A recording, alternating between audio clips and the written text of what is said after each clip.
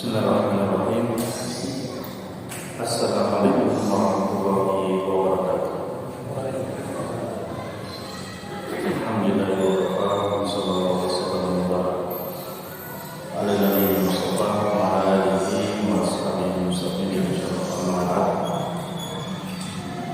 Jemaah salat maghrib dan salat isya yang bersama jemaah Allah Subhanahu. Alhamdulillah, kembali pada malam hari ini kita melanjutkan pembahasan fikih perspektif mazhab, salah satu mazhab yang mu'tabar dalam pengajaran dan dalam pengamalan, yaitu mazhab Syafi'i.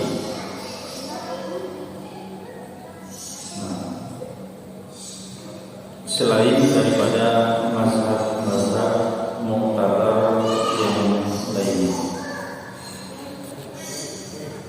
jauh sekali mengenai Allah, pembahasan kita masih tentang zakat, di mana pada pertemuan yang sebelumnya ini kita membahas zakat harta yang ke-6, di mana yang pertama adalah zakat hewan ternak, kemudian yang kedua adalah zakat hasil pertanian, yang ketiga zakat emas dan perak, begitu juga dengan uang, kemudian zakat yang keempat adalah ma'din atau barang tambang, kemudian zakat yang kelima adalah barang temuan atau rikas, dan yang keenam, ini yang keenam, dan ini yang terakhir dari zakat mal, yaitu urudu at-tijarah. Urudu at-tijarah. Apa yang dimaksud dengan urudu tijarah? Urudu tijarah ini adalah barang dagangan, barang yang diperdagangkan. Jadi zakat urudu tijarah adalah zakat perdagangan. Zakat perdagangan. Apa yang dimaksud dengan perdagangan? Dimaksud tijarah, jual beli. Ya, kalau jual beli sebetulnya salah satu bentuk tijarah. Kalau kita mendefinisikan tijarah adalah taklibul mal, memutar harta, bil mu'awadah, dengan sistem tukar menukar. Ada yang memberi, ada yang menerima. Li gharadi ar-ribh, dengan tujuan mendapatkan keuntungan. Inilah yang dimaksud dengan tijarah. Jadi ketika seorang itu berusaha memutar hartanya, ya, memutar di sini maksudnya bukan diputar-putar, ya. Memutar hartanya di sini artinya dia mengadakan suatu usaha. Ya. Di dalam usahanya ini ada memberi, ada menerima, ya, ada keluar, ada masuk. Kemudian tujuannya untuk apa? Mendapatkan keuntungan. Maka inilah yang dimaksud dengan tijarah. Salah satunya apa? Jual beli. Ya, salah satunya adalah jual beli. Sewa menyewa. Ya, juga sebetulnya masuk kategori tijarah, sewa menyewa. Baik. Kemudian jemaah sekalian, barang atau urudu tijarah, barang yang diperdagangkan di sini secara umum semua barang yang diperdagangkan masuk di dalam, kecuali emas dan perak. Kecuali emas dan perak. Nah, inilah jamaah sekalian yang menjawab pertanyaan kita selama ini. Apa yang kita tanyakan selama ini? Apa atau bagaimana caranya seorang pedagang emas atau pedagang perak mengeluarkan zakatnya? Ya. Kan ini yang kita tanyakan dulu ya, belum terjawab. Dan di sini jawabannya. Karena urut tijarah adalah barang yang diperdagangkan selain emas dan perak. Ya. Artinya kalau emas dan perak, walaupun dia adalah seorang pedagang, maka berkaitan dengan zakatnya itu dia keluarkan berdasarkan aturan dalam zakat emas dan perak. Ya. Bagaimana caranya dia mengeluarkan? Kita kembali pada pelajaran kita yang dulu, yaitu zakat naqdain, zakat emas dan perak. Adapun yang kita maksud dengan urut tijarah di sini adalah selain emas dan perak. Bahkan selain uang juga, uang tidak masuk. Memangnya ada jual beli uang? Ada jual beli uang? Nah, ada jual beli uang? Tidak ada ya? Yang ada apa? Money changer. Yang ada itu adalah money changer. Apa itu money changer? Sorof, yaitu apa istilahnya? Tempat menukar uang, ya. Menukar uang. Kita punya uang dengan mata uang asing misalnya, kita mau ubah jadi rupiah. Itu sebetulnya jual beli, ya, tukar menukar. Di situ ada nilai dan di situ ada keuntungan, itu boleh. Nah, yang penting dia apa? Yang penting dia tunai, tidak ditangguhkan akadnya. Misalnya dikatakan, saya tukar uang saya $100, kapan? Besok. Ya, besok saya ambil, atau lusa saya ambil, atau pekan depan saya ambil. Ini tidak bisa. Dipersyaratkan apa? Langsung tunai pada saat itu.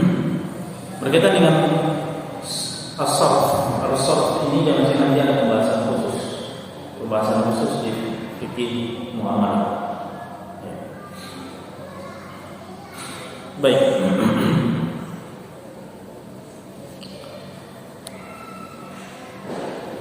Apa dalilnya, ya Mas sekalian? Dalil daripada zakat perdagangan ini, dalilnya sebagaimana ayat yang sering kita bacakan. Pernah kita bacakan ketika membahas zakat hasil pertanian. Ayat ini juga kita pernah sebutkan ketika membahas zakat barang tambang. Dan di sini juga bahkan ayat ini sebetulnya sebagaimana disebutkan oleh Mujahid, ahli tafsir dan kalam tabi'in, beliau mengatakan bahwa ayat ini justru turun berkaitan dengan zakat perdagangan, yaitu ayat dalam surah Al-Baqarah ayat 267. Ya ayyuhalladzina amanu anfiqu min thayyibati ma kasabtum. Wahai orang-orang beriman, anfiqu, keluarkanlah infaknya. Maksudnya apa? Zakatnya. Zakat apa? Min thayyibati ma kasabtum, sebagian dari hasil usahamu yang baik-baik.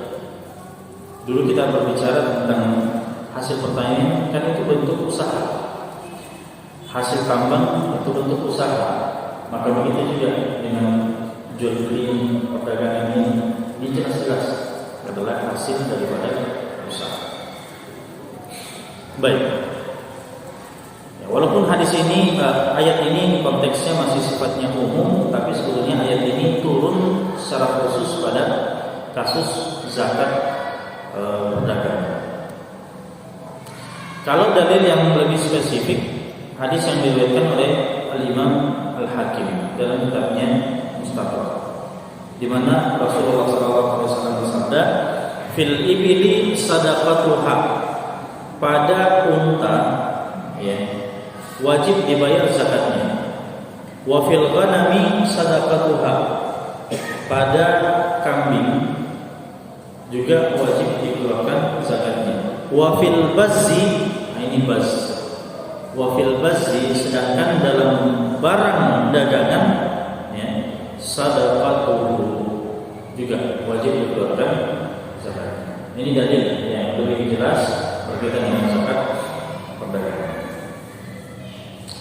Begitu juga dalam hadis yang diriwayatkan oleh Abu Dawud dari Samurah bin Jundub radhiyallahu taala anhu, beliau mengatakan bahwa kana Rasulullah sallallahu alaihi wasallam, adalah Rasulullah sallallahu alaihi wasallam, ya'muruna, memerintahkan kami, an nukhrija sadaqata, untuk mengeluarkan sedekah ya, maksudnya di sini zakat daripada apa?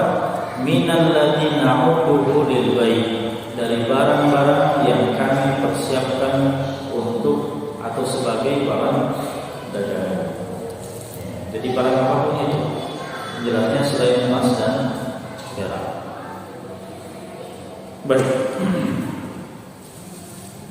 Begitu juga perkataan Abdullah bin Umar radhiyallahu ta'ala anhu, sebagaimana diriwayatkan oleh Imam Al-Baihaqi, laisa fil urudi zakatun, tidak ada atau tidak wajib zakat barang yang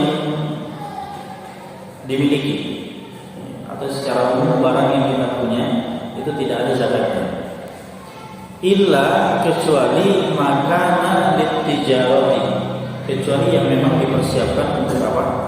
Untuk diperdagangkan. Nah, inilah dalil-dalil jemaah sekalian daripada kewajiban zakat perdagangan. Setelah kita mengetahui bahwa zakat perdagangan ini adalah wajib, kapan kemudian barang dagangan kita itu dikatakan wajib dikeluarkan zakatnya? Barang dagangan kita itu dikatakan wajib dikeluarkan zakatnya ketika memenuhi syarat-syarat wajib. Syarat-syarat wajib. Sedangkan syarat-syarat wajib zakat perdagangan ini ada berapa? Ada 6. Jika terpenuhi 6 syarat ini, kita katakan dikeluarkan zakat. Kalau tidak terpenuhi walaupun satu syarat tidak terpenuhi, kita katakan tidak wajib zakat. Baik jemaah sekalian, kita sebutkan apa saja 6 syarat tersebut. Pertama, syarat barang itu dikatakan wajib dikeluarkan zakatnya. Yang pertama adalah yang tadi kita katakan ya, bahwa dia berupa barang. Dia berupa barang, bukan jasa ya, bukan jasa. Karena namanya jual beli itu kadang berupa apa? Barang, kadang berupa jasa. Ya. Nah, yang kita maksud di sini adalah berupa barang. Dan apakah semua barang? Tadi kita sudah katakan tidak semua barang. Dikecualikan apa? Emas tidak masuk, perak tidak masuk, uang juga tidak masuk. Karena itu ada aturan zakatnya tersendiri. Itu tidak masuk dalam zakat perniagaan atau perdagangan. Baik, itu yang pertama. Yang kedua, jangan sekalian. Yang kedua adalah ketika seseorang itu membeli barang, harus ada niat untuk memperdagangkannya. Misalnya saya beli barang sekarang, ya, tanggal berapa sekarang? 29 ya. 29 Desember saya membeli barang. Dan saya sudah niatkan memang bahwa barang yang saya beli ini adalah tujuannya untuk saya jual. Ya, tujuannya untuk saya jual. Ketika sudah ada niat itu, ketika memiliki barang itu dan sudah ada niat itu, maka dia sudah mulai menghitung haul. Barang ini maksudnya tanggal berapa? 29. Atau bagusnya kita pakai tanggal Hijriah. Tanggal berapa Hijriah sekarang?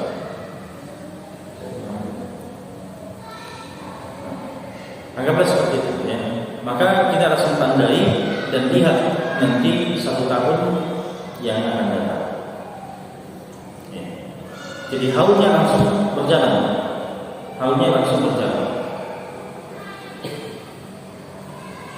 Di awal kita ada niat untuk melakukan perdagangan. Makanya jemaah sekalian, kalau misalnya ada orang beli barang, saya beli barang, tapi saya tidak punya niat untuk menjual, saya mau pakai untuk diri saya sendiri, apakah wajib zakat? Tidak. Saya beli motor misalnya untuk saya pakai, saya tidak niat untuk jual, saya mau pakai, maka kita katakan tidak ada zakat perdagangan, karena itu milik pribadi, untuk disimpan, untuk dipakai, ya. Itu.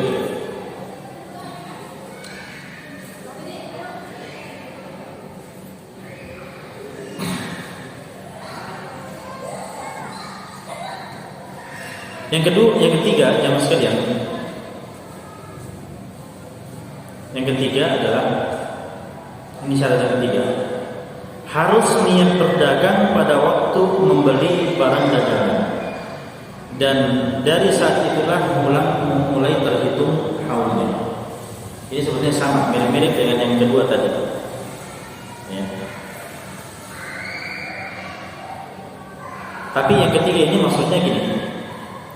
Anggaplah saya beli barangnya, beli motor tadi. Saya beli motor, tujuannya untuk saya pakai.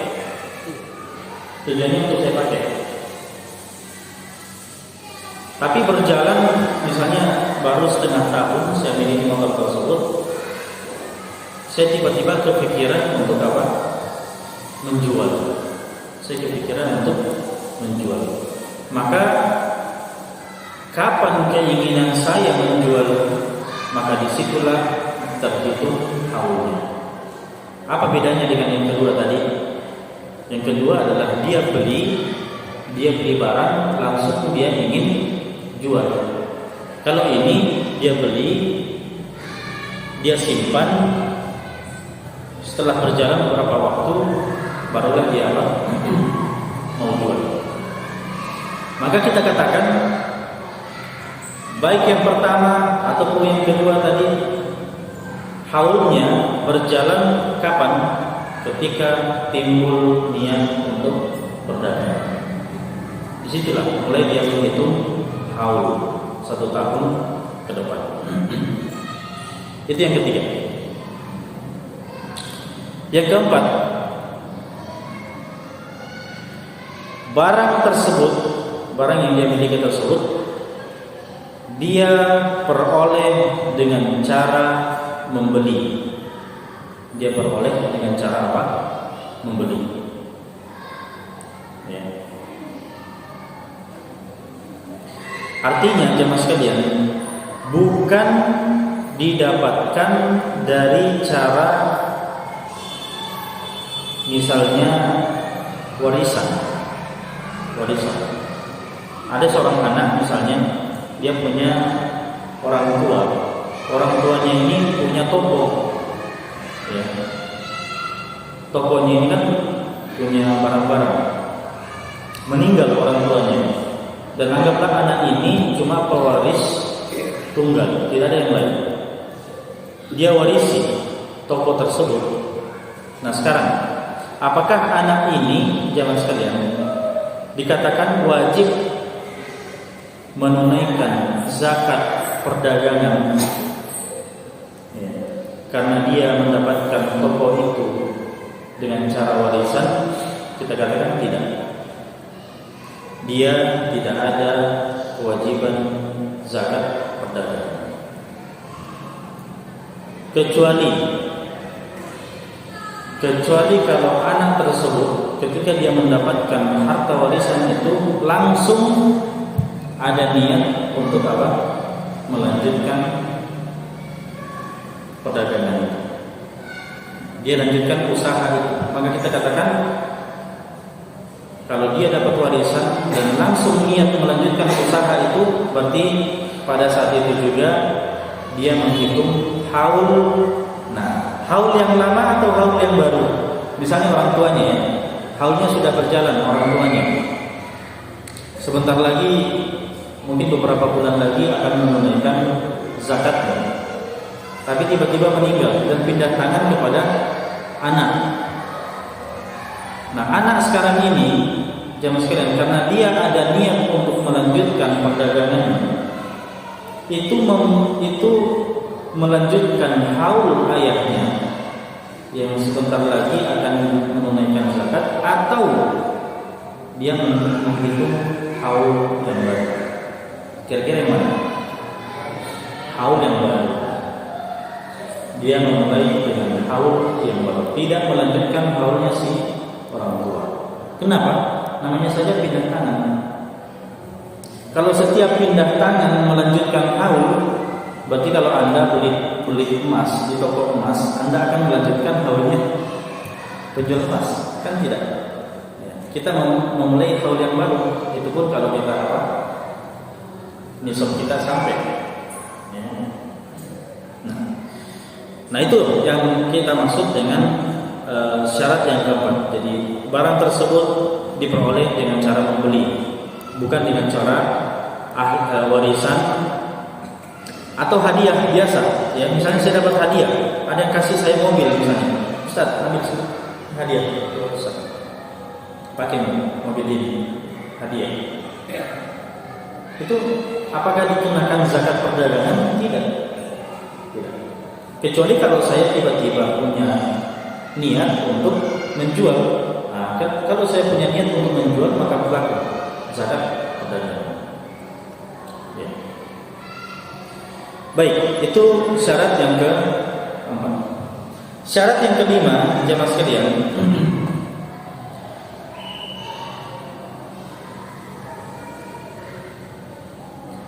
tidak merubah barang dagangan menjadi emas, perak atau uang.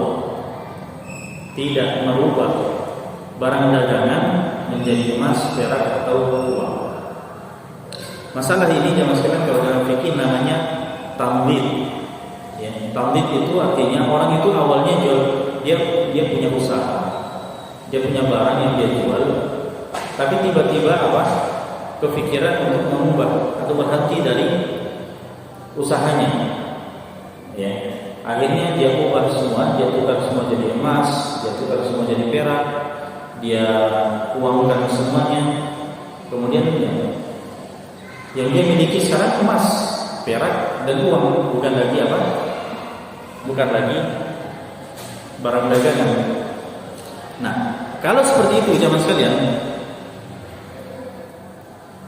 kalau misalnya barang dagangannya itu ditukar menjadi uang ya, di pertengahan haul, ya, maka dilihat uangnya berapa banyak. Ya. Dia misalnya punya toko ini akhirnya dia ubah semuanya jadi uang, toko dan seisinya. Dan ternyata nilainya toko itu berapa? Anggaplah 100 juta. Anggaplah 100 juta. Maka kita katakan jemaah sekalian, kalau dia, atau sebelum saya masukkan ke dalam ini, saya kasih rinci dulu ya, bahwa berapa nilai daripada nominal hasil dia ubah hasil barang dagangannya itu menjadi uang, berapa nominalnya. Karena ada dua kemungkinan ya, Kemungkinan yang pertama, uang itu kurang dari nisab emas. Kurang dari nisab emas. Berapa lagi nisab emas? 85 gram emas. Kalau kita pakai harga 900.000, berarti 76 juta 500. 76 juta 500. Kalau kita pakai harga 900.000.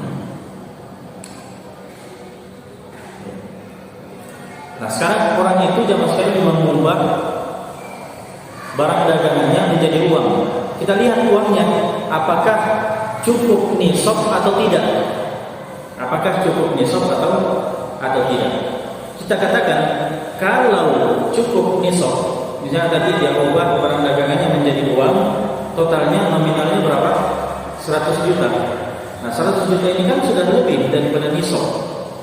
Ya, tadi nisabnya berapa? Cuma 76 juta 500. Sedangkan dia mengubah barang dagangnya menjadi uang, nominalnya berapa? 100 juta. Maka kita katakan kalau ternyata sampai nisab atau lebih, ya, kita katakan haulnya bersambung. Haulnya bersambung. Apa maksudnya haulnya bersambung? Kan tadi barang dagangannya itu kan punya haul kan? Itu punya haul. Misalnya dia mulai perdagangannya hari ini. Hari ini tanggal 29 Desember. Kan haulnya itu nanti 29 Desember tahun depan. Ya, sebenarnya ini kurang tepat. Soalnya kita pakai, anggaplah 29 sekarang Jumadil awal. Ya. Anggaplah 29 Jumadil awal. Maka nanti dia haulnya itu 29 Jumadil awal tahun depan. Kan gitu. Nah, tapi kalau misalnya dia ubah barang dagangannya itu di bulan apa? Anggaplah di bulan Rajab. Di bulan Rajab. Bukan. Anggaplah di bulan Syawal, ya, setelah Ramadan. Di bulan Syawal dia ubah barang dagangannya itu menjadi uang. Dan uangnya ternyata berapa tadi? 100 juta. Maka kita katakan dia melanjutkan haulnya. Berarti dia melihat nanti tanggal, dia mengeluarkan zakatnya nanti tanggal berapa? 29 Jumadil awal. Tapi kalau barang dagangannya itu dia uangkan dan uangnya cuma 70 juta. 70 juta cukup nisab atau tidak? Tidak cukup kan? Maka kita katakan dia memulai haul yang baru. Sebetulnya 70 juta itu belum cukup haul. Artinya dia belum layak untuk dikatakan menghitung haul. Kenapa? Kenapa? Belum cukup nisab kan? Ya, namanya uang. Nanti kita mulai menghitung haul kalau cukup nisab. Ya. Ya, nisab tadi kita perkirakan 76 juta 500, akan uangnya cuma 70 juta. Tapi kecuali kalau orang tersebut memakai standar nisab apa? Perak. Ya.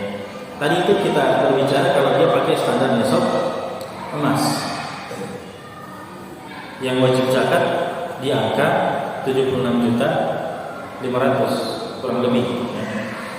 Tapi kalau dia pakai nisab perak yang nisabnya adalah 595, ya. Yang kalau harga 1 gram itu sekitar 15.000, berarti kurang lebih 9 juta, ya. 8 juta sekian, kurang lebih 9 juta. Maka kita katakan kalau dia mengubah barang dagangannya ini menjadi uang dan uangnya cukup 10 juta, kita katakan 10 juta itu sudah mencapai nisab, jadi harus dia lanjutkan haulnya. Nah itu jamaah sekalian. Yang keenam, ini syarat yang keenam. Apa syarat yang keenam? Kalau dia sudah memulai berdagang, tidak ada niat untuk menyimpan barang dagangannya. Maksudnya apa? Ya, kalau tiba-tiba dia berubah kepikiran, dia beli motor tadi, dia mau jual, tapi dia katakan, saya butuh motor. Kalau begitu saya pakai saja, saya tidak jadi jual. Maka kita katakan, kalau seperti itu tidak wajib zakat perdagangan. Kenapa? Kalau tidak ada niatnya, tidak ada. Kecuali kalau dia beli motor sambil mencari pembeli, dia pakai misalnya. Kalau kita katakan tetap ada niatnya untuk menjual, walaupun dia pakai, ya tetap ada niat berdagang, maka nanti tetap akan wajib zakat perdagangan. Nah, inilah jamaah sekalian yang dirahmati Allah, 6 syarat wajib daripada zakat perdagangan. Saya ulangi, pertama dia harus barang, bukan emas, bukan perak, bukan uang. Kemudian yang kedua apa? Ada niat berdagang ketika membeli. Kemudian ketiga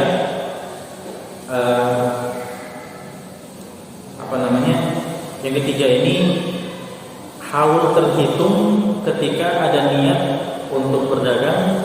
Kemudian yang keempat, memiliki barang tersebut dengan cara membeli, bukan warisan, bukan hadiah, bukan hibah, ya. Kemudian yang kelima, tidak mengubah barang dagangan itu menjadi emas, perak atau uang. Kemudian yang keenam, tidak berniat menyimpan di pertengahan haul.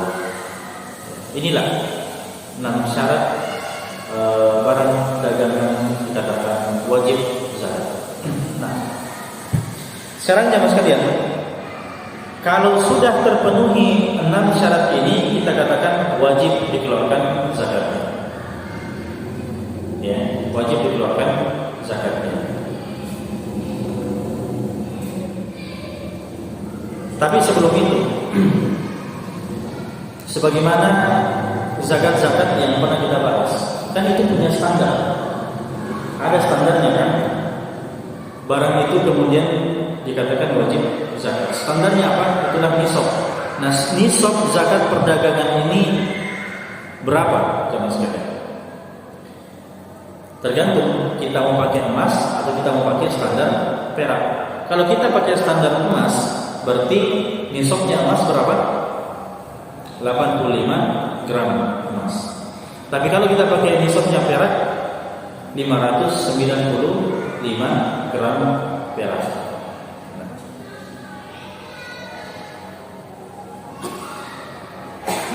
Dulu jamaah sekalian, ketika membahas tentang zakat emas dan zakat perak, yang menjadi patokan itu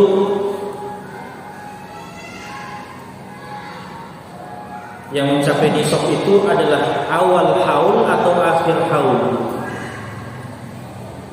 Waktu kita bahas zakat emas, nisab itu 85 gram emas, itu di awal haul atau di akhir haul? Hah? Maksud saya perhitungan haul itu kita mulai kapan? Hah? Perhitungan haul itu kita mulai kapan? Ketika cukup nisab kan? Di situ kita mulai. Berarti standar nisab itu di awal haul, itu yang kita maksud. Zakatnya nanti di akhir haul, itu yang saya maksud.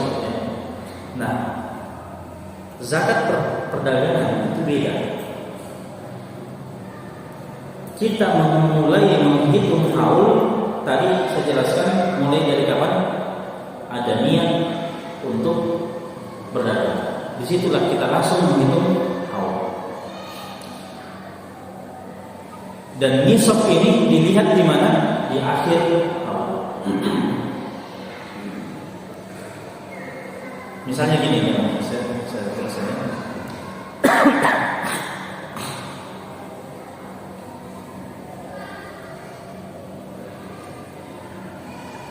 Misalnya dia mulai berdagang, modalnya berapa?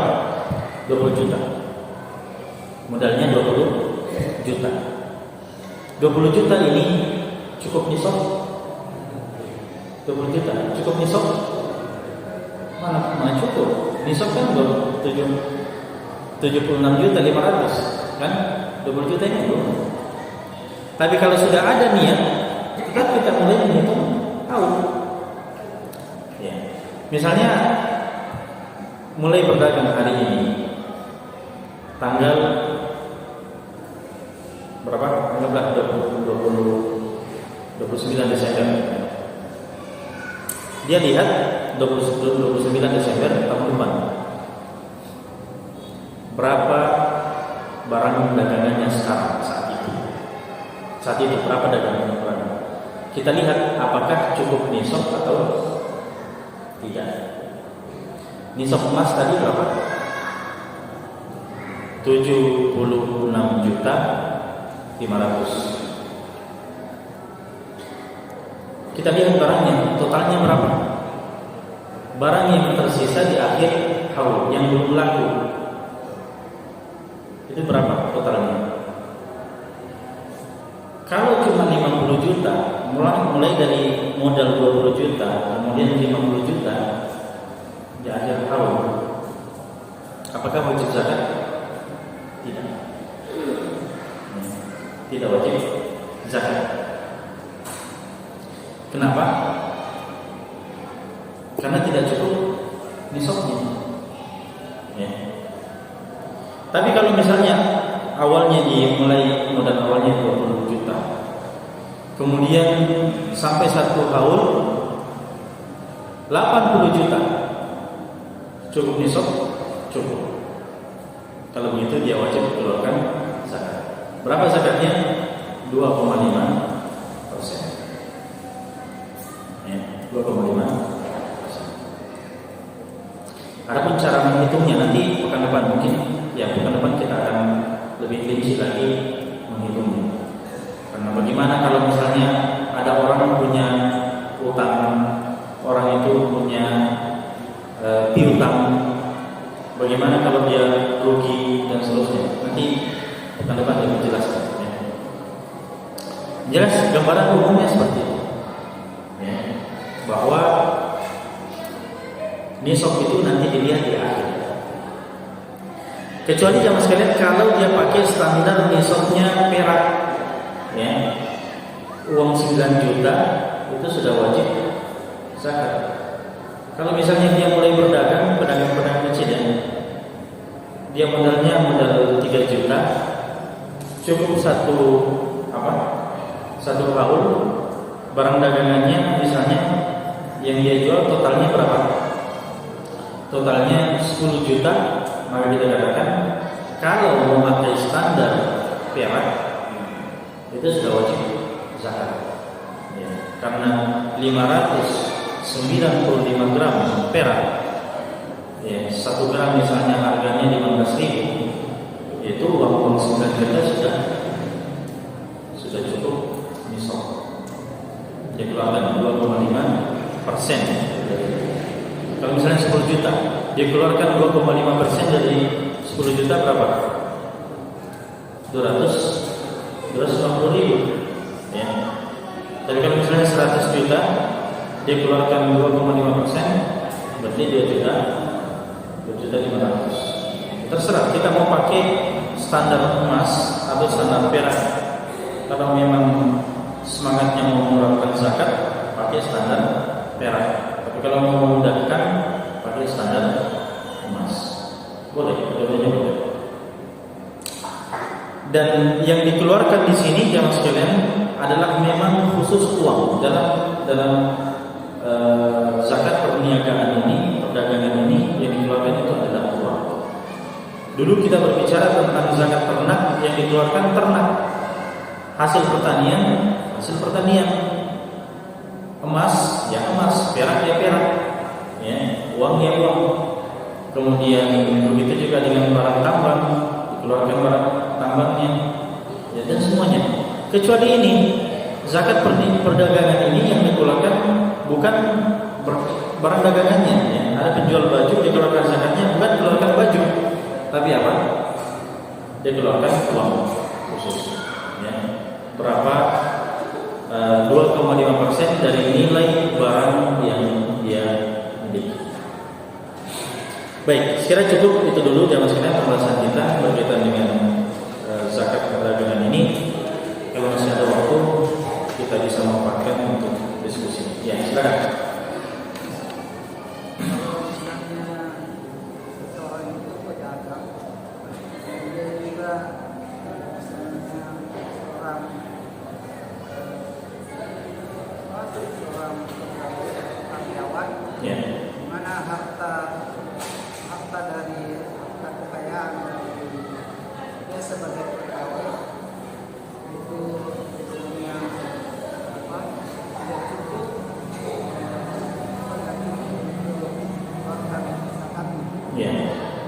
Tabungannya tidak cukup untuk mengeluarkan zakat. Tapi di sisi perdagangan lebih atau ini digabungkan jadi angka kekayaan. Tidak, dibedakan. Karena ini dua zakat yang berbeda. Ya.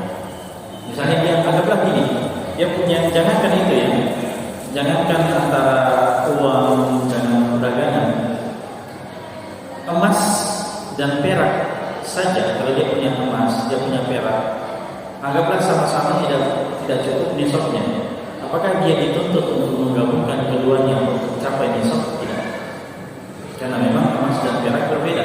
Apalagi kalau memang itu adalah uang yang menjadi simpanan dengan perdagangan. Yang kita hitung dalam perdagangan sebetulnya intinya adalah modal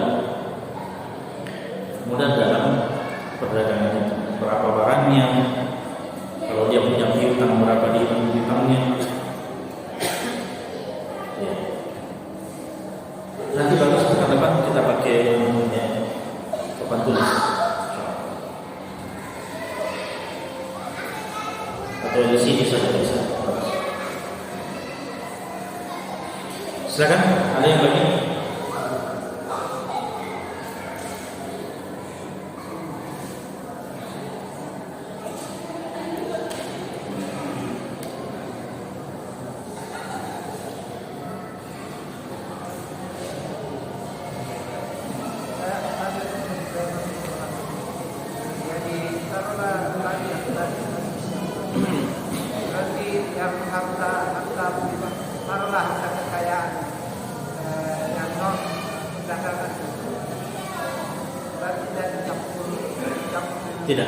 Tidak dicampur.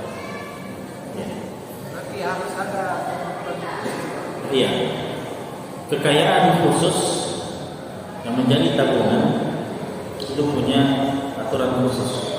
Adapun perdagangan, berapa uang yang kita putar sebagai modal beserta dengan hartanya, maksudnya barang-barang dagangannya, itu semua akan ditotalkan modalnya.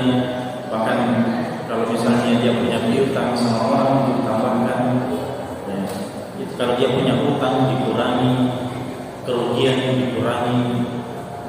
Nah, itu misalnya dia campur, dia tidak harta, mungkin hartanya dia campur. Kalau memang dia jadikan semua hartanya itu sebagai modal, masuk semua. Ya, dia nanti masuk semua di zakat perdagangan. Ya. Tapi kalau dia pisah, berarti nanti masing-masing punya hukum.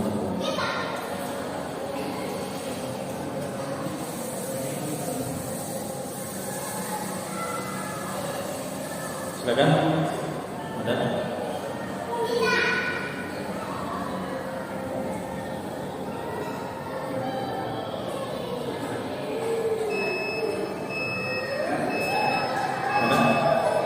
Satu, silakan.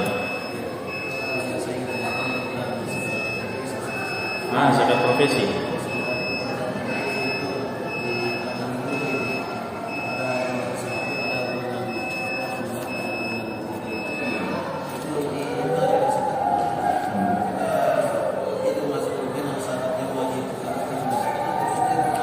Ya.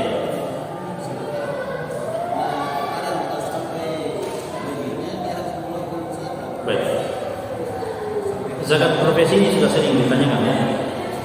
Dan saya katakan bahwa untuk membahas zakat profesi ini secara khusus, dia masuk dalam pembahasan kontemporer. Jadi sekarang saya masih fokus membahas tentang yang klasik-klasik dulu. Setelah pembahasan zakat perniagaan ini, barulah kita masuk ke zakat profesi secara khusus. Karena zakat profesi ini dia sebetulnya semua harta yang didapatkan secara umum dalam satu tahun itu digabungkan kepada harta kita, yang dimana harta kita ini kan sudah, kalau memenuhi syarat wajib zakat ya itu yang dikeluarkan zakatnya. Jadi dia adalah zakat harta biasa, zakat uang ya. Adapun dia dikeluarkan per bulan ya, dapat gaji langsung dikeluarkan. Sebagian ulama kontemporer itu menganalogikan dengan apa? Zakat apa? Zakat hasil pertanian. Mereka menganalogikan dengan zakat hasil pertanian. Mereka mengatakan kalau petani saja yang hasil panennya seberapa kemudian wajib zakat, maka bagaimana lagi dengan orang yang mungkin ya, pendapatannya jauh lebih banyak dibandingkan apa? Petani. Ya. Makanya sebagian daripada mereka menganalogikan ya, zakat profesi ini. Makanya nanti mereka melihat berapa ukuran gajinya, berapa gajinya itu dilihat berapa nisab hasil pertanian. Nisab hasil pertanian dulu berapa? Masih ingat? 5 wasak ya. 5 wasak itu 300 berapa? 300 sok. 300 sok. Kalau dalam apa dulu? Kalau dibawa ke liter berapa? 1050 ya. 1050 liter. Itu seingat saya.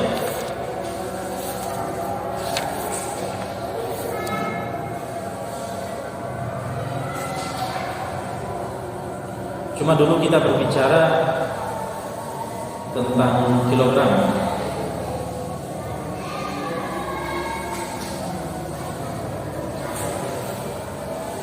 Intinya memang kontroversi. Ada khilaf di sini. Tapi kalau kita kembalikan kepada 4 mazhab, tidak ada. Zakat profesi tidak ada. Zakat profesi ini memang muncul nanti belakangan oleh sebagian ulama yang menganalogikan dengan hasil pertanian. Jadi ini memang masalah khilaf ya. Dan nampaknya pemerintah memakai pendapat sebagian ulama kontemporer dengan mengadakan zakat profesi. Panjang, kalau saya mencerita zakat profesi ini panjang, dan waktu kita sudah mepet. Intinya nanti saya akan bahas pembahasan khusus zakat profesi ini setelah zakat barang dagangan. Sekarang cukupkan karena waktu Isya sudah masuk. Barakallahu fikum wa jazakumullahu khairan. Ada sallallahu alaihi Muhammadin wa alihi wasallam. Assalamualaikum warahmatullahi wabarakatuh.